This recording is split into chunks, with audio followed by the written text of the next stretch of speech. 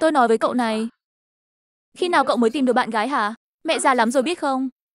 Bạn gái đâu có dễ tìm như thế, em không có được như anh rể đâu, không có sức hấp dẫn. Anh mà có gì hấp dẫn chứ? Mỗi lần ra ngoài chơi, những gương mặt đó đều chủ động thêm WeChat anh ấy.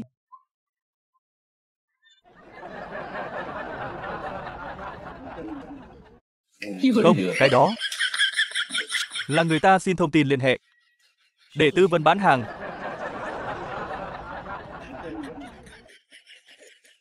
Ngoài ra, tìm bạn gái là phải tốn tiền. Bây giờ em lại không có thu nhập. Tìm bạn gái mà tốn tiền gì chứ?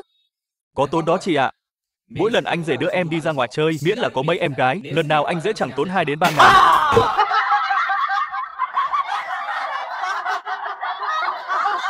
Đứng dậy, cậu đi ra ngoài ăn. Sao lại ra ngoài ăn? Ra ngoài ăn. Sao vậy? Sao vậy? Cứ ra ngoài. Đi, đi. Đi, đi.